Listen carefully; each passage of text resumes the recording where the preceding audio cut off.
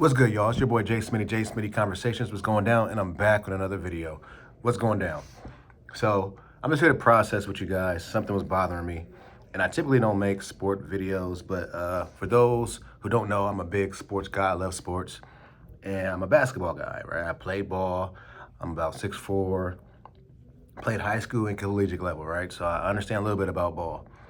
And today, what's today's date? Today is January 24th. And yesterday, which was, Thursday, January 23rd, they announced the NBA All-Star starters. So I'm looking at the fan vote, and, I see that Lamelo Ball was leading in, all Eastern Conference guards. So I'm like, okay, cool. He should be a shoo-in to make it, right? But then, it also depends on what the players think and what the media thinks. So the results came in, and it looks like LaMelo was still number one as far as an Eastern Conference guard, as far as fan votes. He was number 3 as far as player votes, which means the players respect and recognize he has a game. But then what was off was that the media, ranked him number 7th, which was dead last. So what that tells me is that the media purposely tanked. They got together and purposely tanked LaMelo Ball's chances of becoming an Eastern Conference starting guard for 2025. And to me, that was just sickening. It was sickening because I feel like they just robbed a young man of an opportunity. So the Charlotte Hornets, they only won like 11 games. And in my opinion, majority of these media folks, they don't watch the Charlotte Hornets. A lot of people don't. But if you really watched them, like I watched every single game, LaMelo Ball is balling. He is balling. And if you look at just the Hornets roster, it's not fair. Like a lot of these other guys that play winning basketball, they have winning players. Jalen Bronson, who made it, right? Who I don't feel should have made it over LaMelo Ball. He has a all-star center in a roster, right? Donovan Mitchell, which I think Donovan Mitchell should have made it, but he's playing with 2 other all-stars and an up-and-coming all-star within Evan Mobley, right? So you got Jared Hurd, who's an all-star, right? You got Darius Garland, who's an all-star.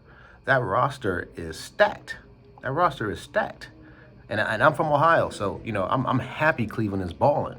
But like, let's be honest, like a lot of these players who are technically playing winning basketball, even LaMelo Ball's classmates, Tyler Hero, playing with other all-stars, right? Anthony Edwards, he's playing with Julius Edwards. He's playing with Mike Conley. These guys have squads, right? These guys have teams, and these guys have players, rosters, where like if you look, and I'm in my office, so I'm pulling up LaMelo Ball's team, right? First, if you look at the Hornets roster, there's no other all-star, no other all NBA player. It's LaMelo Ball, who to me is a stud. Then, you got Miles Bridges, which Miles Bridges is good. You could say he's a maybe a B-level player. And after that, who's next? Brandon Miller. Brandon Miller is an up-and-coming, I think he's an up-and-coming good player. He still has a long way to go. He struggles sometimes with creating his own offense, but he has a nice shot, nice size, plays defense. I would say he is a B-level player as well, but he's raw, and he's about 2 or 3 years away from being who he's supposed to be, right? And then after that, the talent drops significantly. You got Marvin Williams, who is a center, who, he's pretty solid, but again, he's about a couple years away. And if you watch the games, centers tend to have, their career nights on him, even though he's tall, 7 foot, and he has intangibles. Then it drops. Trey Mann, he's pretty good, but he's hurt. So the rest of the roster is two-way players, old players. Seth Curry, I love him, but he's old. The roster's terrible. The roster's terrible.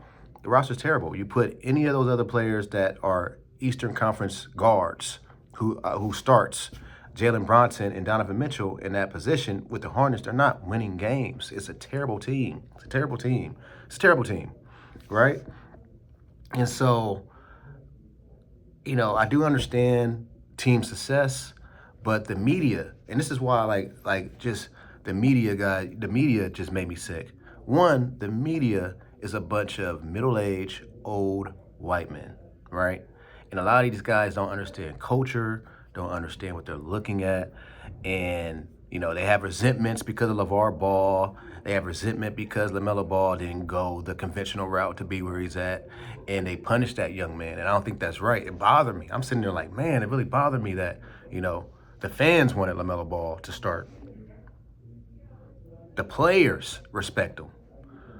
But then the media, which again is old white men who was uncultured, purposely tanked that young man and they took away his opportunity. All because he plays for a historically poor NBA franchise, which is not his fault, but he's hooping, playing outside of his mind. It's ridiculous. And now I'm hearing in there's rumblings that the coaches may not even put him in. They're going to probably put Cade Cunningham, which he's playing good. They're probably going to put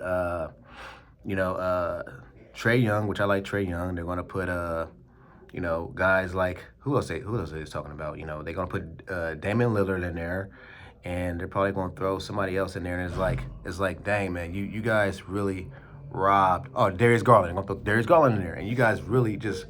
Like you robbed this guy of an opportunity because, in my opinion, if like, yes, these guys are on winning teams, but it's not like it's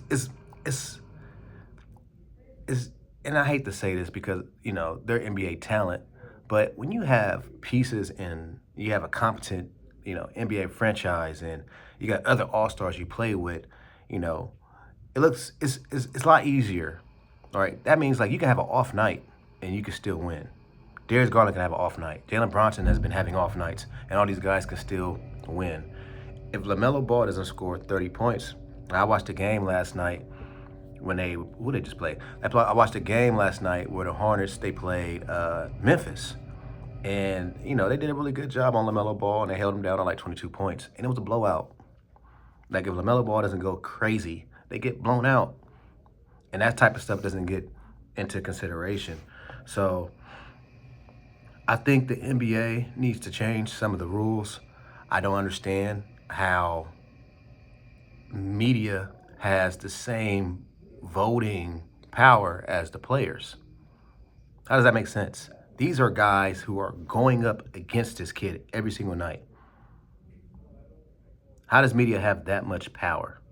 It makes zero sense. Especially when media's job is really just to create narratives, right? If you watch ESPN or if you watch, TNT or any of these sports shows, they create narratives. They create narratives about LeBron. They create narratives about Kevin Durant. Their job is just to create narratives, which narratives do help sell, right? But that's their main job, is to sell narratives. They put a narrative on this young man that he's not a winning player when his team talent is not there. A bunch of G League players and two-way players that are on his team, and they won 11 games, and they beat really good teams. But like, you know, this is sad. This is sad. I hope the coaches do the right thing and vote that young man in as a reserve. But like, I'm looking at social media. People aren't happy with this. People aren't happy with this. That we are, us as fans, we're the reason why the NBA is so profitable. We're the reason why these NBA players are making the money they are making. How, like, what's the point of voting? I don't even want to vote next year. I don't even want to vote. The man earned that spot by his play and his popularity to start. The NBA players, even though he was third, they said, we respect this young man. And the media is the reason why this man got robbed of the opportunity to start in the Eastern Conference Finals. The media. Old, uncultured, unflavored chicken breast. You get what I'm saying? Mostly middle-aged white men, which is in media, that want to push a narrative. That's BS, man. Adam Silver, you need to fix that. But I don't know if LaMelo Ball, if you hear this video, your family, whatever the case is, man, my heart goes out to you, man. They robbed you, man, and I would encourage you to keep playing. But I would also encourage you, like, think about leaving the Hornets, man. Like, it's not your fault, man. They have been losing way before you got there, and it's unfortunate that you got robbed of an opportunity you earned that the people wanted to see because of these hating, unseasoned, uncultured media members who want to push agendas. So that's it, man. I'm out. Let me know what you guys think about that. But your boy, LaMelo Ball, was snubbed, and I don't think it's okay. And now they're talking about the coaches may not even like allow him to play, right? They may pick other guards like Tyler Hero and some of these other guys, man. And it's like, man, like when that's crazy. The person that us the people wanted may not even make the All-Star game. The #1 voter for guards in the Eastern Conference may not even play in the All-Star game. That's BS, man. Adam Silver, get it right.